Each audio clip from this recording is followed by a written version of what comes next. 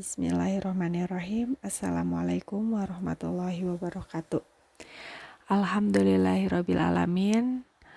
Allah telah memberikan kita kesempatan untuk belajar kembali bersama-sama di masa pandemi ini.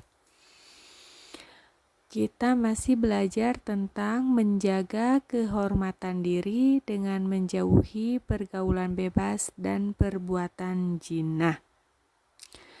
Kalau minggu kemarin kita membahas tentang tajwid yang menerangkan tentang menjaga kehormatan diri dan pergaulan bebas.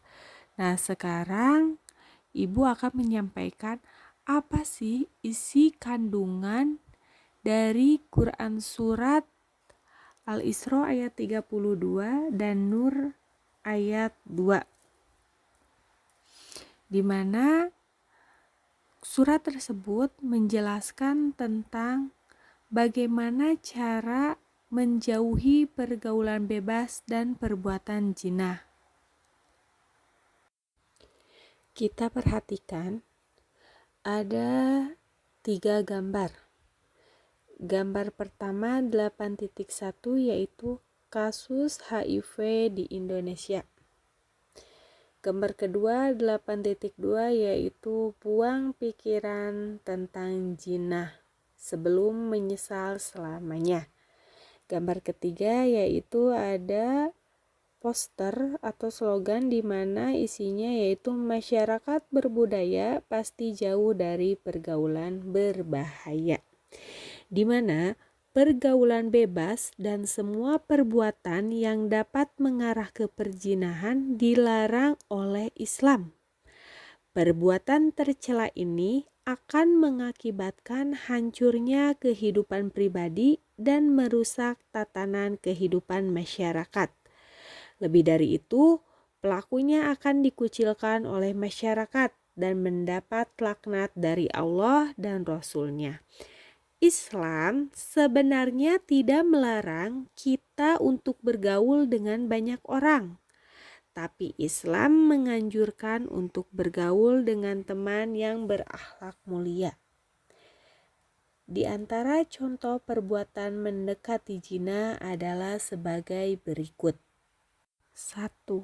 Melakukan pergaulan bebas, yaitu pergaulan yang tidak terikat oleh aturan, norma, dan agama.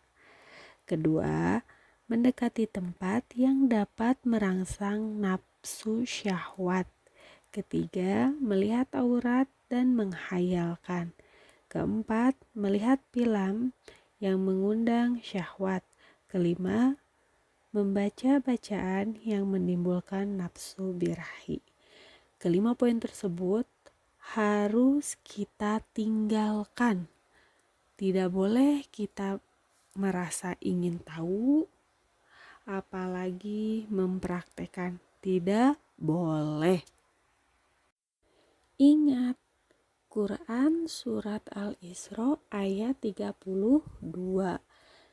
Wala taqrabuz zina innahu kana fahisyata wassa'a sabila. Dan janganlah kamu mendekati zina. Sesungguhnya zina itu adalah sesuatu perbuatan yang keji dan sesuatu jalan yang buruk. Itu jelas Allah melarang kita mendekati zina. Adapun Quran surat An-Nur ayat 2 yang artinya perempuan yang berzina dan laki-laki yang berzina, maka deralah tiap-tiap seorang dari keduanya 100 kali dera. Dan janganlah belas kasihan kepada keduanya mencegah kamu untuk menjalankan agama Allah. Jika kamu beriman kepada Allah dan hari akhirat, dan hendaklah pelaksanaan hukuman mereka disaksikan oleh sekumpulan orang-orang yang beriman. Jadi, kita tidak boleh melarang atau belas kasihan kepada orang yang berzina. Kandungan dari surat An-Nur 1. pelaku zina laki-laki dan perempuan dihukum cambuk sebanyak 100 kali.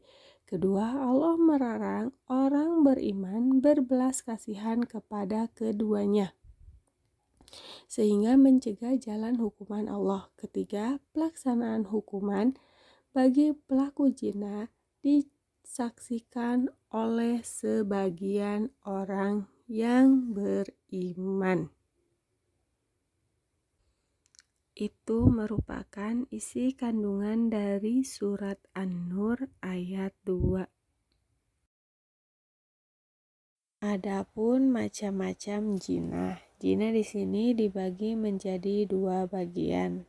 1, zina muhson, yaitu zina yang dilakukan oleh laki-laki atau perempuan yang sudah pernah menikah. Hukuman zina muhson adalah dirajam atau dilempari batu sampai mati. Hukuman rajam ini dilakukan jika memenuhi syarat, yaitu ada 4 orang saksi. Kedua, zina ghairu muhson, yaitu zina yang dilakukan seorang laki-laki atau perempuan yang belum pernah menikah atau masih perjaka atau gadis. Hukuman zina ghairu muhson adalah didera 100 kali dan diasingkan selama 1 tahun. Nauzubillah min dzalik. Terakhir yaitu dampak buruk perbuatan zina. 1. Menimbulkan berbagai jenis penyakit kelamin. Kedua, pezina dihukum cambuk. Ketiga, hukuman sosial dari masyarakat atau dikucilkan. 4. Merusak hubungan nasab keturunan. 5. Menghancurkan masa depan anak. Keenam, memicu perbuatan dosa besar seperti menggugurkan kandungan, pembunuhan, atau bunuh diri. Demikian yang dapat Ibu sampaikan. Apabila ada yang ingin ditanyakan, silahkan kirim pertanyaannya di komentar kelas. Kita akan diskusi bareng-bareng.